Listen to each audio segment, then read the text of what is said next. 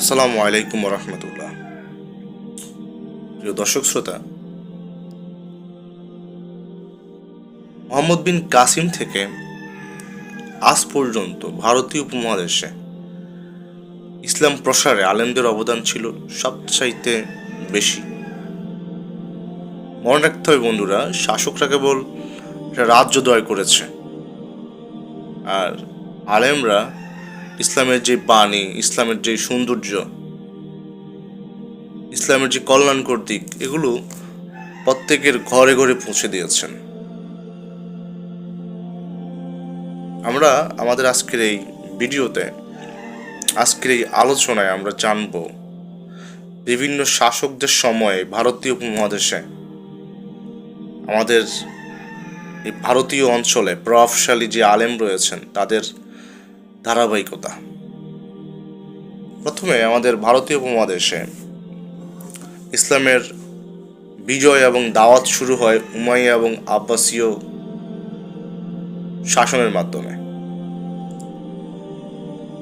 এই শাসনকাল হচ্ছে 712 সাল থেকে 900 সাল পর্যন্ত। আমরা সবাই জানি এই সময়ের শাসক হচ্ছেন মোহাম্মদ বিন কাসিম, যিনি প্রথম ভারতীয় উপমহাদেশে সিন্ধু বিজয় করেন। এবং ওনার সময়ে যে মুসলিম বাহিনী ছিল, এই মুসলিম বাহিনীর সাথে অনেক তাবি ছিলেন, অনেক আলেম ছিলেন, যারা সিন্ধুতে আসেন এবং সিন্ধুতে এসে ইসলাম প্রসার করেন।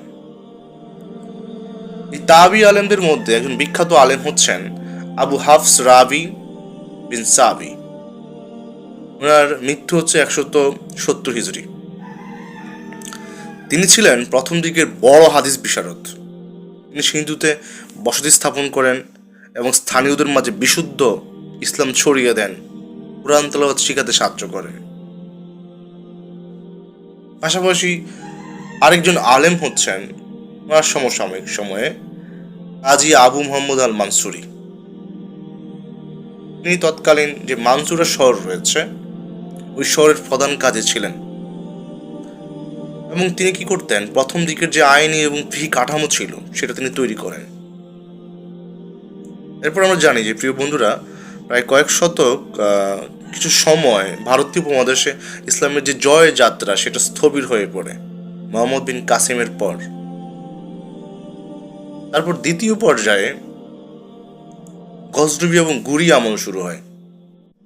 শাসন আমলের সময়কাল হচ্ছে 1100 সাল থেকে 1206 সাল পর্যন্ত। এই যুগে ইসলাম প্রচারের যে কেন্দ্রবিন্দু ছিল সেটা হচ্ছে পাঞ্জাব এবং দিল্লি। তখনকার শাসক ছিলেন সুলতান মাহমুদ গজনবী, যার শাসনামল হচ্ছে 1000 সাল থেকে 1030 সাল পর্যন্ত। আর সুলতান মাহমুদ গজনবীর সময়কার যেই বিখ্যাত আলেম ছিলেন তার নাম হচ্ছে শেখ আলী বিন উসমান হুজুইরি। ওনার যে সময়কাল সেটা হচ্ছে 990 থেকে 1077 সাল পর্যন্ত। শেখ আলী বিন উসমান রহমতুল্লাহ আলাহে তিনি লাহোরে অবস্থান করেন, পাকিস্তানের লাহোর। সেখানে অবস্থান করেন এবং তার বিখ্যাত যে গ্রন্থ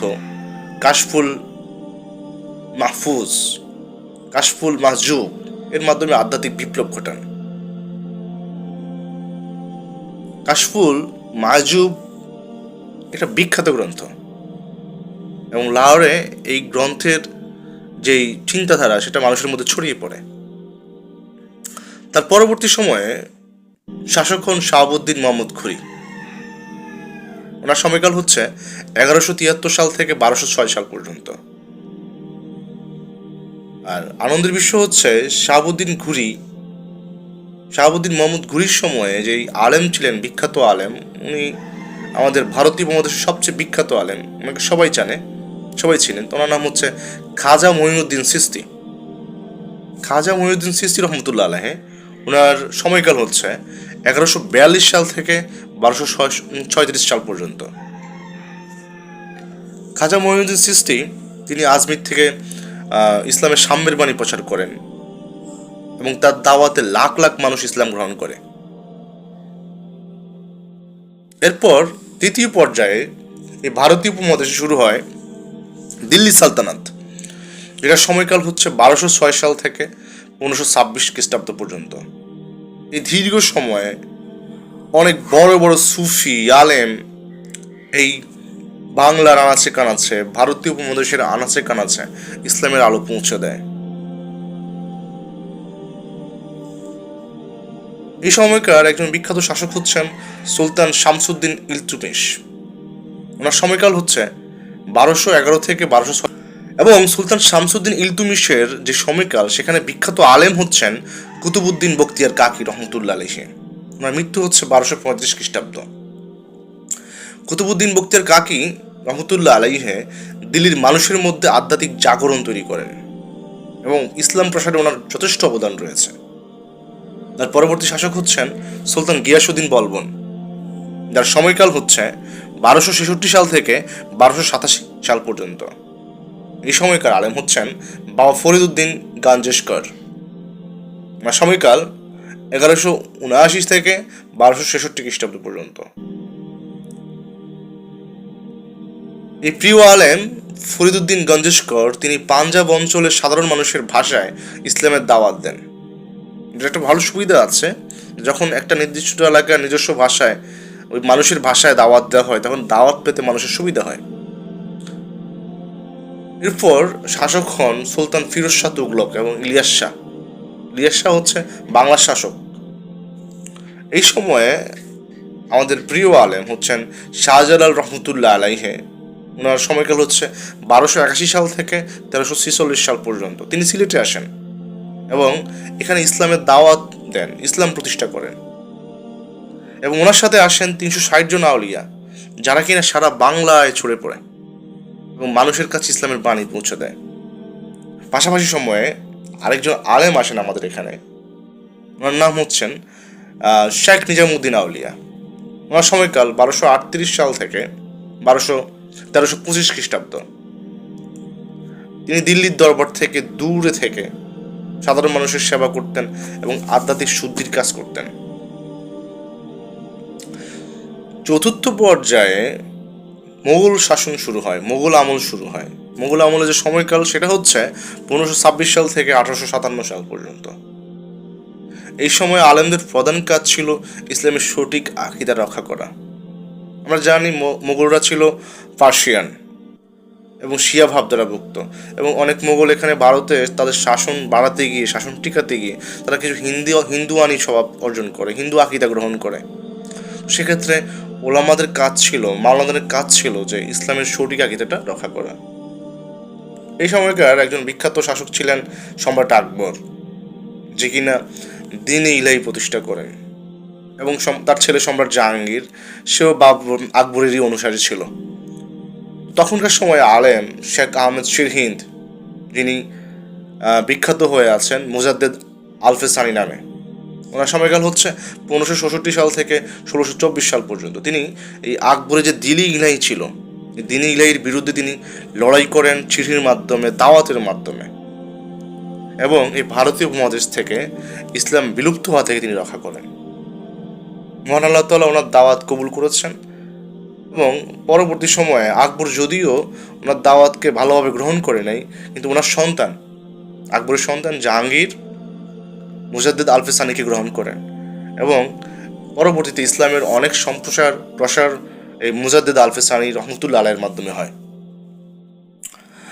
তার পরবর্তী সময়ে এই ভারতীয় উপমহাদেশের বিখ্যাত শাসক, সবার প্রাণের প্রিয় শাসক সম্রাট আওরঙ্গজেব, ওনার সময়কাল হচ্ছে 1658 সাল থেকে 1760 সাল পর্যন্ত। ওনার সময়ে বিখ্যাত আলেম হচ্ছেন মোল্লা নিজামুদ্দিন এবং একদুল আলেম। ওনারা ফতুয়ায়ে আলমগীরি সংকলন করেন, উপমহাদেশে ইসলামের আইনি ভিত্তি তৈরি করে, এবং এই ফতুয়ায়ে আলমগীরি অনুসরণ করে ইংরেজ সময়েও বিচার করা হতো, মানুষের বিভিন্ন বিভেদ মেটানো হতো। তার পরবর্তী শাসক পর্যায়ে মুঘলরা খুব দুর্বল হয়ে পড়ে। সেই সময়ে এই দুর্বল শাসন ব্যবস্থায় আমাদের এই ভারতীয় উপমহাদেশে জন্ম নেন বিখ্যাত আলেম শাহ অলিউল্লাহ দেহলভি। আর সময়কাল হচ্ছে 1703 থেকে 1762 সাল পর্যন্ত। বিখ্যাত কাজ হচ্ছে তিনি কোরআনের পার্সি অনুবাদ করেন এবং আলেমদের জ্ঞান তাত্ত্বিকভাবে ঐক্যবদ্ধ করেন। আলেমরা বিচ্ছিন্ন ছিল, ওনার বইগুলোর মাধ্যমে আলেমরা ঐক্যবদ্ধ হয়, আলেমরা ইসলামের গুরুত্বটাকে আরও বিশদভাবে অনুধাবন করতে পারে, তাদের মধ্যে দলাদলিটা কমে যায়।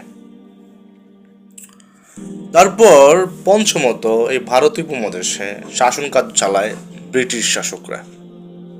তাদের সময়কাল হচ্ছে 1857 সাল থেকে 1947 সাল পর্যন্ত। ব্রিটিশরা যখন ইসলামী শিক্ষা ব্যবস্থা একদম ভেঙে দেয়, তখন আলেমরা তাদের স্বতঃস্ফূর্ত উদ্যোগের মাধ্যমে মাদ্রাসা কেন্দ্রিক শিক্ষা ব্যবস্থা গড়ে তোলে। আর এই ব্রিটিশ ভাইসরয়দের সময় যে আলেম ছিলেন, ওনাদের মধ্যে বিখ্যাত আলেম হচ্ছেন সৈয়দ আহমেদ বেরলভী এবং শাহ ইসমাইল শহীদ। ওনারা দুজনই শহীদ হন ব্রিটিশদের হাতে বালাকোট ময়দানে। ওনাদের মৃত্যু হয় 1831 সালে। ওনাদের অবদান হচ্ছে তারা শিখ এবং ইংরেজদের বিরুদ্ধে সশস্ত্র জিহাদ পরিচালনা করেন। পরবর্তী সময়ে মাওলানা হন আমাদের ভারতীয় উপমহাদেশের জন্য মাওলানা কাসেম নানুতুবি এবং রশিদ আহমেদ গাঙ্গুহি। ওনাদের সময়কাল হচ্ছে 1866 সাল থেকে। ওনাদের বিখ্যাত কাজ হচ্ছে এই উপমহাদেশের জন্য ওনারা দারুল উলুম দেওবন্দ প্রতিষ্ঠা করেন, যা বর্তমান পর্যন্ত ইসলামের প্রধান দুর্গ হিসেবে পরিচালিত এবং পরিচিত। এছাড়া তৎকালীন সময়ে মাওলানা আশরাফ আলী থানভী এবং মাওলানা মাহমুদ হাসান, তারা ইসলামী ইলমি এবং রাজনৈতিকভাবে মুসলিমদেরকে সচেতন করেন। তারপর বর্তমানে রয়েছে আধুনিক যুগ, এটা 1947 সাল থেকে বর্তমানের সময় পর্যন্ত।